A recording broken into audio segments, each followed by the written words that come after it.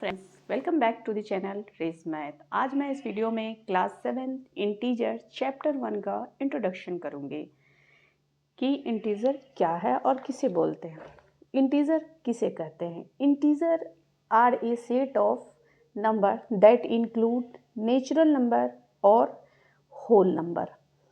Natural number किसे बोलते हैं? नेचुरल नंबर जो 1 से स्टार्ट होता है और इन्फिनिटी तक जाता है, जिसे हम लोग काउंटिंग नंबर भी बोलते हैं और इसको हम लोग डिनोट करते हैं n से। नेचुरल नंबर 1 से स्टार्ट होता है और इन्फिनिटी तक जाता है और इंटीजर में नेचुरल नंबर भी होते हैं, होल नंबर भी होते हैं। तो नेचुरल नंबर जो है वो 1 से स्टार्ट होकर इन्फिनिटी तक जाता है, जिसे हम लोग काउंटिंग नंबर भी बोलते हैं और जो इस डिनोटेड बाय n, जिसे हम लोग n से डिनोट करते हैं। होल नंबर जो होता है वो 0 से स्टार्ट होता है, वो भी इन्फिनिटी तक जाता है, तो इसको हम लोग डिनोट करते हैं, it is denoted by w। इसे हम लोग w से डिनोट करते हैं, इसको हम लोग w से डिनोट करते हैं। होल नंबर 0 से स्टार्ट होता है, इन्फिनिटी तक जाता है और इसे हम लोग w से डिनोट करते हैं। अब आगे बढ़ते हैं। इंटीजर किसे कहते हैं? Integer are a set of number that include positive number, negative number and zero. Integer जो होता है वो सेट होता है पॉजिटिव नंबर का, नेगेटिव नंबर का और ज़ीरो का। इसमें तीनों नंबर आते हैं और ये तीनों number natural number, whole number से मिलकर ही आते हैं।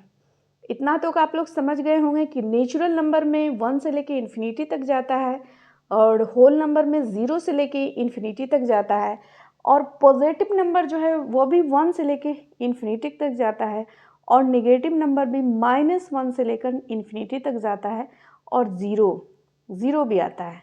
अब हम इतना यहाँ तक जान गए कि इंटीजर जो है हमारा सेट होता है। Integer are a set of number that include positive number, negative number and zero. अब इसके आगे हम नंबर लाइन पे से, यहाँ नंबर लाइन पे 0 बीच में होता है और इसके राइट में जो होते हैं वो पॉजिटिव नंबर होते हैं, ये पॉजिटिव नंबर होते हैं और इसके लेफ्ट में ये नेगेटिव नंबर होता है और इसको हम लोग डिनोट करते हैं, z से डिनोटेड किया जाता है, इसको हम लोग z से डिनोट करते हैं। और इंटीजर को हम ऐसे लिख सकते हैं, इंटीजर को हम लोग लिख सकते हैं,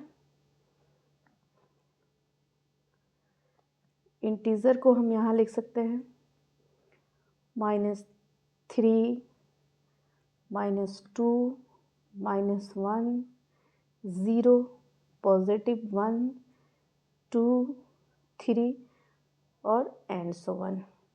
यहाँ नेगेटिव नंबर भी एंड सो वन तक जाएगा और पॉजिटिव नंबर भी एंड सो वन जाएगा और इंटीजर जो है हमारा इन्हीं नेगेटिव और पॉजिटिव और ज़ीरो से मिलकर ही बनता है। हमारा इंटीजर में हमारे पॉजिटिव नंबर भी आते हैं, इंटीजर में हमारे नेगेटिव नंबर भी आते हैं, इंटीजर में हमारे ज़ीरो भी आते हैं।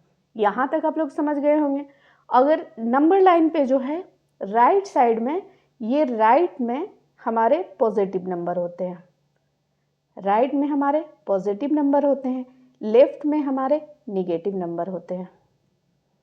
यहाँ तक आप लोग समझ गए होंगे कि इंटीजर किसे कहते हैं, इंटीजर में कौन कौन से नंबर आते हैं। यहाँ तक आप लोग समझ गए। अब आगे बढ़ते हैं इसके प्रॉपर्टी पे। अब जानते हैं प्रॉपर्टीज ऑफ इंटीजर्स के, कि कितने टाइप के प्रॉपर्टीज इंटीजर की प्रॉपर्टी के बारे में। सबसे पहली प्रॉपर्टी है क्लोजर प्रॉपर्टी। क्लोजर प्रॉपर्टी को हमें देखना है कि क्या ये एडिशन पे लागू होती है, सब्ट्रैक्शन पे लागू होती है, मल्टीप्लिकेशन पे लागू होती है या नहीं। जैसे कि मैं 2 नंबर को अगर ऐड कर रही हूँ तो हमारा रिजल्ट इंटीजर आता है, तो हमारी क्लोजर प्रॉपर्टी जो है वो एडिशन पे लागू होती है, सब्ट्रैक्शन पे लागू होती है, मल्टीप्लिकेशन पे लागू होती है। अब कैसे लागू होती है मैं दिखाऊँ। जैसे मैं a का वैल्यू रखती हूँ a = 2, b = 7। अब मैं यहाँ करूँगी 2 + 7, जब 7 और 2 को मैंने एडिशन किया तो हमारा 9 आ गया, तो ये हमारा क्या आया, इंटीजर आया। तो हमारी क्लोजर प्रॉपर्टी जो है वो एडिशन पे लागू हो रही है। अब हम देखते हैं सब्ट्रैक्शन पे। तो 2 - 7, तो जब मैं 2 को 7 से 2 को सब्ट्रैक्ट करूँगी 7 से तो यहाँ आ जाएगा -5। 7 में 2 गया तो -5, -7 ज़्यादा है, यहाँ 2 कम है, तो यहाँ हमारा -5, ये भी हमारा इंटीजर आया। तो ये हमारी प्रॉपर्टी जो है ये सब्ट्रैक्शन पे भी लागू होती है। अब देखते हैं मल्टीप्लिकेशन पे। यहाँ 2 × 7, इसको मैं 2 7 जा, ये हो जाएगा 14, तो ये भी हमारा इंटीजर आया। तो ये भी सब्ट्रैक्शन पे भी मल्टीप्लिकेशन पे भी हमारी प्रॉपर्टी क्लोजर प्रॉपर्टी लागू होती है। लेकिन अब हम देखते हैं डिवीज़न पे ये लागू होती है कि नहीं। जैसे a बाई बी हमने किया तो यहाँ हो गया 2/7। तो 2/7 ये क्या है हमारा इंटीजर नहीं आया। तो इंटीजर नहीं आया तो ये हमारी प्रॉपर्टी डिवीज़न पे लागू नहीं होती है, नॉट इक्वल टू इंटीजर। ये हमारा इंटीजर नहीं आया, ये फ्रैक्शन के फॉर्म में आ गया। 2/7 फ्रैक्शन के फॉर्म में आ गया, इसलिए ये हमारा क्या होगा, ये डिवीज़न पे लागू नहीं होगी। हमारी क्लोजर प्रॉपर्टी एडिशन पे लागू होगी, सब्ट्रैक्शन पे लागू होगी, मल्टीप्लिकेशन पे लागू होगी, लेकिन हमारी क्लोजर प्रॉपर्टी ये डिवीज़न पे लागू नहीं होगी। जब हम इसको डिवाइड करते हैं तो ये हमारा रिजल्ट इंटीजर नहीं आता है, इंटीजर नहीं आ रहा है, तो इसलिए ये हमारी प्रॉपर्टी डिवाइड पे लागू नहीं होगी। अब बढ़ते हैं second property, commutative property. Commutative property में a = b बराबर होगा a प्लस b बराबर हो जाएगा b + a के। और इसमें भी हम देखते हैं कि क्या हमारी कम्यूटेटिव प्रॉपर्टी एडिशन पे लागू होती है कि नहीं, मल्टीप्लिकेशन पे लागू होती है कि नहीं, ये सब्ट्रैक्शन पे और डिवीज़न पे। मैं इसमें तीनों में देखती हूँ कि कम्यूटेटिव प्रॉपर्टी लागू होती है कि नहीं। यहाँ मैं a का वैल्यू रखूँगी 5, a = 5 ले लेती हूँ और b = 7 ले लेती हूँ। अब मैं क्या करूँगी, यहाँ पुट करूँगी तो a 5 + 7, ये हो जाएगा 7 + 5, तो ये भी 7, 8, 9, 10, 11, 12 = 12। यहाँ हमारा LHS जो है वो बराबर आ गया है RHS के। तो ये हमारी कम्यूटेटिव प्रॉपर्टी एडिशन पे लागू हो रही है। अब हम देखते हैं मल्टीप्लिकेशन पे। यहाँ 5 × 7 = 7 × 5, ये भी 35 और ये भी 35। यहाँ भी हमारा LHS जो है वो बराबर आ गया है RHS के। तो ये भी है हमारी प्रॉपर्टी जो है ये मल्टीप्लिकेशन पे भी लागू हो रही है। अब हम देखते हैं कम्यूटेटिव प्रॉपर्टी को कि ये सब्ट्रैक्शन पे लागू होती है कि नहीं। अब जैसे a - b बराबर करूँगी b - a के। यहाँ a का वैल्यू मैं रखूँगी 5 - 7 = 7 - 5। 5 में से 7 गया तो यहाँ 7 में से 5 जाएगा 6, 7 में से 5 गया तो 2, यहाँ -2 होगा। क्यों -2 होगा, क्योंकि -7 यहाँ ज़्यादा है, इक्वल टू यहाँ 2 होगा। यहाँ निगेटिव चार्ज है इस पर और यहाँ पॉजिटिव चार्ज है, ये दोनों सेम नहीं है। यहाँ हमारा LHS जो है वो नॉट इक्वल टू है RHS के। तो ये हमारी कम्यूटेटिव प्रॉपर्टी सब्ट्रैक्शन पे लागू नहीं होती है। अब हम देखते हैं डिवीज़न पे, ये डिवीज़न पे लागू होती है कि नहीं। a/b = b/a के। तो यहाँ मैं 5/7 = 7/5। यहाँ हमारा LHS जो है वो नॉट इक्वल टू है RHS के। तो ये हमारी डिवीज़न पे भी ये हमारी प्रॉपर्टी लागू नहीं होती है। हमारा सिर्फ एडिशन और मल्टीप्लिकेशन हमारी कम्यूटेटिव प्रॉपर्टी पे लागू होगी, ये ना सब्ट्रैक्शन पे भी लागू नहीं होगी, ये डिवाइड पे भी लागू नहीं होगी। तो यहाँ a/b not equal to b/a, यहाँ भी a - b not equal to b/a के हो जाएगा। अब आगे बढ़ते हैं तीसरी प्रॉपर्टी पे। थर्ड प्रॉपर्टी है हमारी एसोसिएटिव प्रॉपर्टी। एसोसिएटिव प्रॉपर्टी में भी a + b + c ये बराबर है a + b ब्रैकेट में +c। तो हम इसमें भी देखते हैं कि क्या ये हमारी किस किस पे लागू होती है। यहाँ भी मैं a का वैल्यू रखूँगी, a = 3, b = 4 एंड c = 7 ले लेती हूँ। अब मैं देखती हूँ कि हमारा LHS RHS के बराबर होता है कि नहीं। तो a 3 + b 4 + 7 = यहाँ हो जाएगा a 3 + 4 + 7, यहाँ हो जाएगा 3 + 7 8 9 10 11 इक्वल 4 3 7, यहाँ सॉरी यहाँ 7 होगा, 7 7 + 7, ये भी हमारा 14 हो जाएगा और ये भी हमारा 14 हो जाएगा। यहाँ हमारा LHS जो है RHS के बराबर हो गया है, तो इसलिए हमारी ये एसोसिएटिव प्रॉपर्टी एडिशन पे लागू हो रही है। अब हम देखते हैं ये मल्टीप्लिकेशन पे लागू होती है कि नहीं। यहाँ 3 × 4 × 7 इक्वल टू यहाँ हो जाएगा 3 × 4 × 7, यहाँ हो जाएगा 3 × 28, यहाँ हो जाएगा 4 3 जा 12 × 7, 8 3 जा 24 और 3 2 जा 6 2 84, यहाँ भी हो जाएगा 84। ये भी हमारा LHS जो है बराबर आ गया है RHS के, तो हमारी एसोसिएटिव प्रॉपर्टी जो है वो एडिशन पे लागू हो रही है, मल्टीप्लिकेशन पे लागू हो रही है, लेकिन वो सब्ट्रैक्शन और डिवीज़न पे लागू नहीं होगी। आप लोग करके देख लीजिएगा, मैं करूँगी, बहुत लंबा वीडियो हो जाएगा। तो यहाँ तक आप लोग समझ गए कि ये एसोसिएटिव प्रॉपर्टी सिर्फ एडिशन पे और मल्टीप्लिकेशन पे लागू होती है, वो सब्ट्रैक्शन और डिवीज़न पे लागू नहीं होती है। अब हम आगे बढ़ते हैं डिस्ट्रीब्यूटिव प्रॉपर्टी में। डिस्ट्रीब्यूटिव प्रॉपर्टी में भी हम वैल्यू रखेंगे, A का रखते हैं 10 और B का रखते हैं 3 और C का रखते हैं 4, क्योंकि A × B + C ये बराबर है A × B + A × C।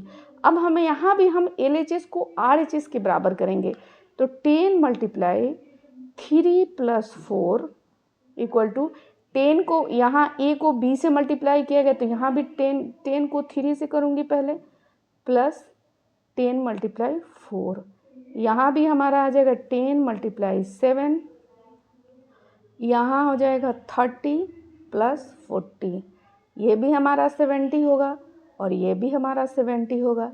यहाँ भी हमारा LHS बराबर आ गया है RHS के, ये हमारा बराबर, यानी कि डिस्ट्रीब्यूटिव प्रॉपर्टी जो है हमारी वो एडिशन पे काम कर रही है। अब हम देखते हैं कि क्या वो मल्टीप्लिकेशन पे काम सब्ट्रैक्शन पे काम कर रही है। तो यहाँ भी मैं वैल्यू रखूँगी 10 × 3 - 4 इक्वल टू यहाँ 10 × 3 - 10 × 4, यहाँ हो जाएगा 10 × -1 इक्वल टू 30 - 40। यहाँ 10 को -1 से अगर किसी भी नंबर को अगर 1 से मल्टीप्लाई किया जाता है तो सेम नंबर ही आता है। यहाँ चूँकि निगेटिव है तो यहाँ -10 इक्वल टू यहाँ -40 ज़्यादा है, यहाँ 30 कम है, तो यहाँ -10। यहाँ भी हमारा LHS जो है वो RHS के बराबर आ गया, इसलिए हम यहाँ कहेंगे कि हमारी डिस्ट्रीब्यूटिव प्रॉपर्टी जो है वो एडिशन पे काम कर रही है, वो सब्ट्रैक्शन पे काम कर रही है, लेकिन ये मल्टीप्लिकेशन और डिवीज़न पे काम नहीं करेगी। आप लोग एक बार यहाँ पे मल्टीप्लिकेशन रख के देख सकते हो, यही वैल्यू पुट करके मल्टीप्लिकेशन डाल के देख सकते हो, वो नहीं काम करेगी, ना एडिशन पे, ना वो मल्टीप्लिकेशन पे काम करेगी और ना वो डिवाइड पे काम करेगी। तो यहाँ तक आप लोग समझ गए होंगे। अब आगे बढ़ते हैं। Property additive inverse property. Additive inverse property क्या है? If A + -A equal to 0 then -A is the additive inverse of A। -A को जो है हम एडिटिव इन्वर्स बोलेंगे A का। एडिटिव इन्वर्स पहले मैं बता दूँ ये क्या होता है। जैसे कि अगर यहाँ पॉजिटिव नंबर है उसमें मैं निगेटिव करके उसका साइन चेंज करके अगर वो 0 हो जाता है तो उसको हम लोग क्या बोलते हैं? एडिटिव इन्वर्स प्रॉपर्टी बोलते हैं। जैसे यहाँ अगर A की जगह पे हम 5 रखते हैं, 5 + -5, तो ये हमारा क्या हो जाएगा? माइनस और प्लस मिलके यहाँ 5 - 5 ये हमारा 0 आ जाएगा। तो ये -5 जो होगा वो 5 का एडिटिव इन्वर्स होगा, यानी साइन चेंज कर देना। अगर यहाँ पॉजिटिव है तो यहाँ हम नेगेटिव ले लेंगे, यहाँ अगर नेगेटिव है तो हम यहाँ पॉजिटिव ले लेंगे। तो साइन चेंज करके अगर वो 0 आ जाए तो वो हमारा क्या होगा? एडिटिव इन्वर्स होगा। जैसे यहाँ -5 है, लेकिन तो मैं यहाँ साइन चेंज करके +5 कर दूंगी, तो -5 इसका एडिटिव इन्वर्स क्या हो जाएगा? 5 हो जाएगा। ये कट के क्या आ जाएगा? 0 आ जाएगा। तो ये आप समझ गए होंगे एडिटिव इन्वर्स प्रॉपर्टी किसे बोलते हैं? साइन चेंज करके अगर वो किसी भी नंबर का साइन अगर उल्टा कर देंगे तो क्या आ जाएगा वो, उसको हम लोग एडिटिव इन्वर्स प्रॉपर्टी बोलते हैं। साइन चेंज करने के बाद वो 0 आ जाए उसका, तो उसको हम लोग एडिटिव इन्वर्स प्रॉपर्टी बोलते हैं। अब हम आते हैं multiplicative inverse property. a multiply 1 by A equal to 1, then 1 by A is the reciprocal of a। ये मल्टीप्लिकेटिव इन्वर्स प्रॉपर्टी क्या है कि जैसे a का मल्टीप्लिकेटिव इन्वर्स 1 बाई ए है, a को 1 बाई ए करके जब रिजल्ट 1 आ जाए तो उसको हम लोग क्या बोलते हैं, मल्टीप्लिकेटिव इन्वर्स प्रॉपर्टी बोलते हैं। जैसे a इज इक्वल टू 16 है और इसका इन्वर्स हो जाएगा 1 बाई 16, तो 16 मल्टीप्लाई 1 बाई 16, ये कट के हमारा रिजल्ट क्या आया, 1 आ गया। तो इसमें इसका एडिटिव इन्वर्स किसे बोलते हैं, 1 बाई ए को रेसिप्रोकल, ए जो है 1 बाई ए का रेसिप्रोकल। जब हम इसके ए को उल्टा कर देंगे, इन्वर्स कर देंगे, तो हमारा रिजल्ट 1 आएगा, तो उसको हम लोग क्या बोलते हैं, मल्टीप्लिकेटिव इन्वर्स प्रॉपर्टी बोलते हैं। यहाँ तक आप लोग समझ गए होंगे। अब हम आते हैं मल्टीप्लिकेशन बाय 0 पे। जैसे मैं ये सारी चीज़ें बता रही हूँ, लेकिन मैं जब क्वेश्चन बनाऊंगी उसमें भी सारी चीज़ें बताती जाऊंगी ताकि आप लोग आसानी से सारी चीज़ें समझ जाओगे। अब हम आते हैं मल्टीप्लिकेशन बाय 0 पे। किसी भी नंबर को अगर हम लोग 0 से मल्टीप्लाई करते हैं या 0 को किसी भी नंबर से मल्टीप्लाई करते हैं तो हमारा रिजल्ट क्या आता है, 0 ही आता है। हमारा रिजल्ट क्या आता है, 0। जैसे 5 मल्टीप्लाई 0 इक्वल टू 0 मल्टीप्लाई 5, तो हमारा रिजल्ट क्या आएगा, 0 आएगा। किसी भी नंबर को अगर हम लोग 0 से मल्टीप्लाई करते हैं या 0 को किसी भी नंबर से मल्टीप्लाई करते हैं तो हमारा रिजल्ट 0 ही आता है। मल्टीप्लिकेशन बाय 0 में अगर यहाँ 6 है मल्टीप्लाई, या -6 को मल्टीप्लाई करूँगी 0 से, या 0 को मल्टीप्लाई करूँगी -6 से, तो भी हमारा रिजल्ट क्या आएगा, 0 ही आएगा। यहाँ तक आप लोग समझ गए होंगे मल्टीप्लिकेशन बाय 0 के बारे में। अब आगे बढ़ते हैं। अब हम आते हैं मल्टीप्लिकेटिव आइडेंटिटी। मल्टीप्लिकेटिव आइडेंटिटी बोलता है कि e को किसी भी 1 से मल्टीप्लाई कीजिए या 1 को a से मल्टीप्लाई कीजिए तो हमारा रिजल्ट क्या आएगा, a ही आएगा। और तो क्या करते हैं, जैसे कि 5 मल्टीप्लाई 1 या 1 मल्टीप्लाई 5, तो हमारा रिजल्ट क्या आएगा, 5 आ जाएगा। अगर यहाँ जैसे -4 है मल्टीप्लाई 1 या 1 मल्टीप्लाई -4, तो हमारा रिजल्ट क्या आएगा, -4 आएगा। तो हमारा 1 को हम लोग क्या बोलते हैं, मल्टीप्लिकेटिव, 1 को हम लोग मल्टीप्लिकेटिव आइडेंटिटी बोलते हैं। 1 को हम लोग क्या बोलते हैं, मल्टीप्लिकेटिव आइडेंटिटी बोलते हैं। मल्टीप्लिकेटिव आइडेंटिटी, 1 को हम लोग मल्टीप्लिकेटिव आइडेंटिटी बोलते हैं और 0 को हम लोग एडिटिव आइडेंटिटी बोलते हैं। 0 को हम लोग क्या बोलते हैं, एडिटिव आइडेंटिटी बोलते हैं। तो यहाँ तक आप लोग समझ गए होंगे। मल्टीप्लिकेटिव आइडेंटिटी में अगर किसी भी नंबर को 1 से मल्टीप्लाई करें या 1 को किसी नंबर से मल्टीप्लाई करें तो हमारा रिजल्ट जो है सेम नंबर ही आता है। 1 को हम लोग मल्टीप्लिकेटिव आइडेंटिटी बोलते हैं, 0 को हम लोग एडिटिव आइडेंटिटी बोलते हैं। ये हमें याद रखने की चीज़ें हैं। अब आगे बढ़ते हैं। अब जानते हैं एडिशन ऑफ इंटीजर के बारे में कि प्लस एडिशन करेंगे इंटीजर को तो क्या रिजल्ट आएगा। जैसे पॉजिटिव को पॉजिटिव में अगर मैं एडिशन करती हूँ तो हमारा रिजल्ट भी पॉजिटिव आएगा। जैसे 8 + 3, तो 8, 9, 10, 11, ये भी हमारा रिजल्ट पॉजिटिव आया। लेकिन यहाँ अगर माइनस है और यहाँ प्लस है और ये भी माइनस है तो हमारा रिजल्ट क्या आएगा, माइनस ही आएगा। जैसे -2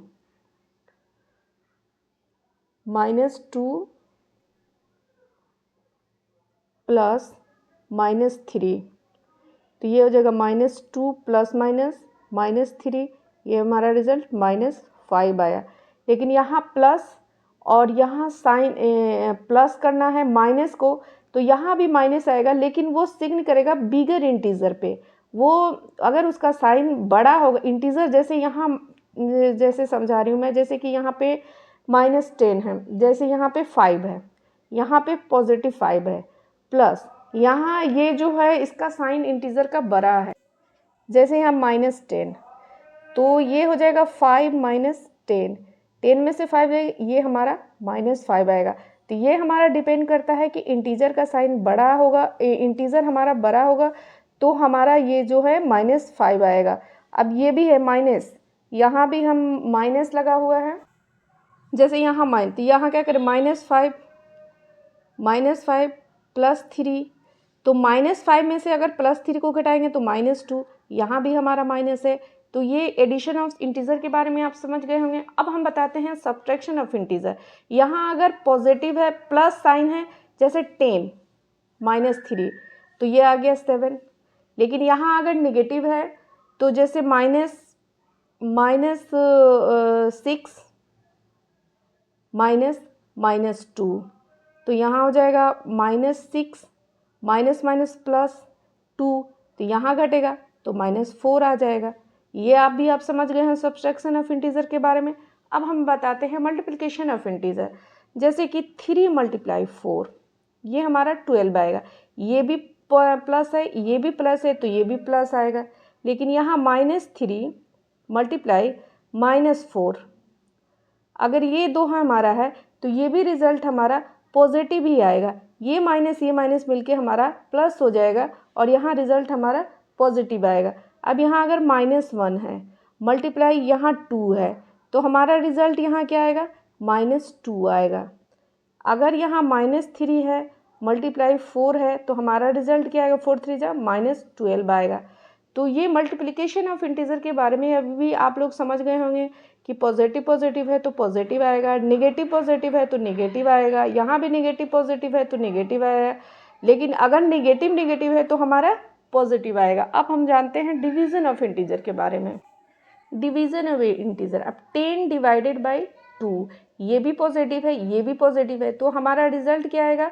2 5 10, ये भी पॉजिटिव आएगा। लेकिन यहाँ अगर -10 / -2, तो यहाँ भी ये माइनस ये, तो ये भी हमारा रिजल्ट 5 पॉजिटिव ही आएगा। अगर यहाँ पे -10 और +2, यहाँ निगेटिव है, यहाँ पॉजिटिव है, तो हमारा रिजल्ट क्या आएगा? -5 आएगा। तो डिवीज़न ऑफ इंटीजर के बारे में भी आप समझ गए होंगे। मैंने एडिशन ऑफ इंटीजर बताया, सब्ट्रैक्शन ऑफ इंटीजर बनाया, डिवीज़न ऑफ इंटीजर बताया। लेकिन जब मैं लेसन कराऊंगी तो इन सब के बारे में और ज़्यादा आप लोगों को जानकारी हो जाएगी, और ज़्यादा मैं बताती चलूँगी, क्योंकि ऐसे बताने से और क्वेश्चन जब आप बनाओगे तो वैसे आपको कंफर्म होता जाएगा। अगर इसमें कोई भी डाउट हो प्लीज़ मुझे कमेंट करें। अगर मेरी वीडियो अच्छी लगे प्लीज़ मेरे वीडियो को लाइक करें, शेयर करें और मेरे चैनल को सब्सक्राइब करें। Thank you.